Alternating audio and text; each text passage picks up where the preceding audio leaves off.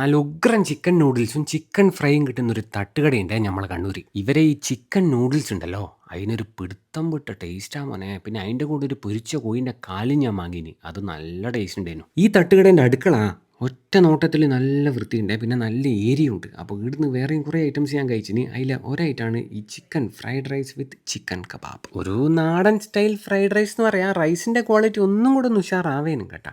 പിന്നെ ഇവിടുന്ന് നെയ്പ്പത്തിൽ കല്ലുമ്മക്കായ് മിക്സും കഴിച്ച്, നെയ്പ്പത്തിൽ ചിക്കൻ ചുക്ക മിക്സും കഴിച്ച്. അതിൽ ആ ചിക്കൻ ചുക്ക മിക്സ് ഉണ്ടല്ലോ, അതൊരു രക്ഷയുണ്ടായില്ല. പിന്നെ കപ്പ വിത്ത് അയില മുളകിട്ടത്. അതിൽ കപ്പ നല്ല തനി നാടൻ പശ പോലത്തെ കപ്പയേനു. അയില മുളകിട്ടതിൻ്റെ മുളകിട്ട ടേസ്റ്റ് ഉണ്ട്. അയില കുറച്ചും കൂടെ ഒന്ന് ഫ്രഷ് ആവേനുവേ.